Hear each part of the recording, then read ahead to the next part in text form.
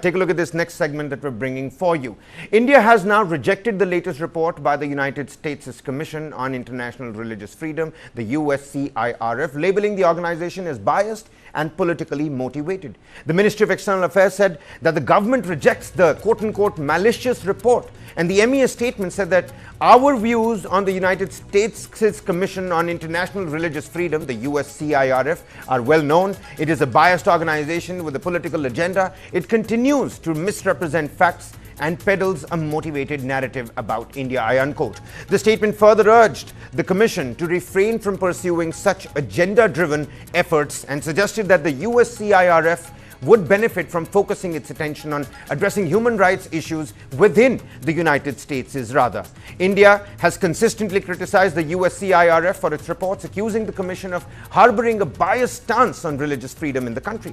Beginning with the previous Manmohan Singh-led government, India has consistently denied visas to USCIRF members to visit the country, citing quote-unquote interference in its internal affairs. India and several Indian American groups have in the past accused the USCIRF of biased, unscientific and agenda-driven reporting to malign the country's name. Now, let's take a look at what the USCIRF report said.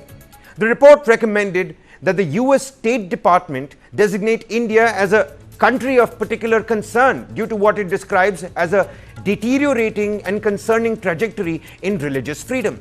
The report alleges that religious communities are repressed in India through the enforcement of discriminatory laws, including anti-conversion, cow slaughter, and anti-terrorism legislation.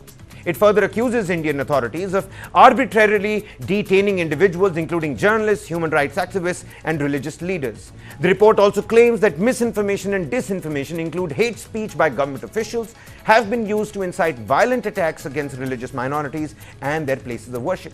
The report goes on to claim religious freedom in India worsened ahead of the 2024 Lok Sabha elections with the propagation of hateful rhetoric and implementation of discriminatory legislation such as the Citizenship Amendment Act and the NRC, the Waqf Amendment Bill and the Uniform Civil Code.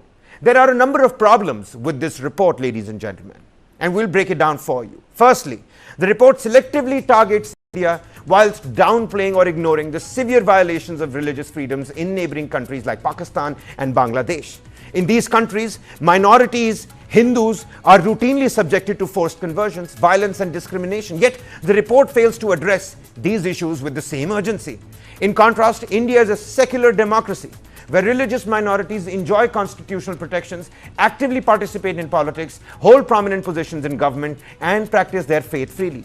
This reality contradicts the USCIRF's narrative of widespread repression. Furthermore, this USCIRF report misrepresents many of India's policies. Laws like the CAA and the anti-conversion regulations are often framed as tools of oppression without acknowledging their broader context and intent. The report also fails to highlight that India's multicultural landscape fosters coexistence with religious festivals and community engagements happening openly across faiths. By amplifying isolated incidents of violence, while ignoring significant efforts to promote religious harmony and curb hate speech, the USCIRF offers a skewed portrayal of India's religious climate. Additionally, the report overlooks the complex geopolitical and security challenges that shape India's policies, including the threat of terrorism and external interference from hostile neighbors. It does not account for the fact that the Indian government is addressing these issues whilst ensuring that minorities have access to legal recourse and civil rights protection. The disproportionate focus on India, combined with the failure to critique countries like Pakistan and Bangladesh, indicates a clear bias.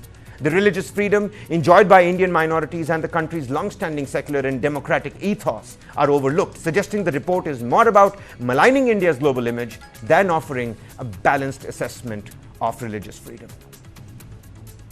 And with that, it's time for us to slip into a quick commercial break here. Mind you, top developments right on the other side. Keep it with News 9 Live.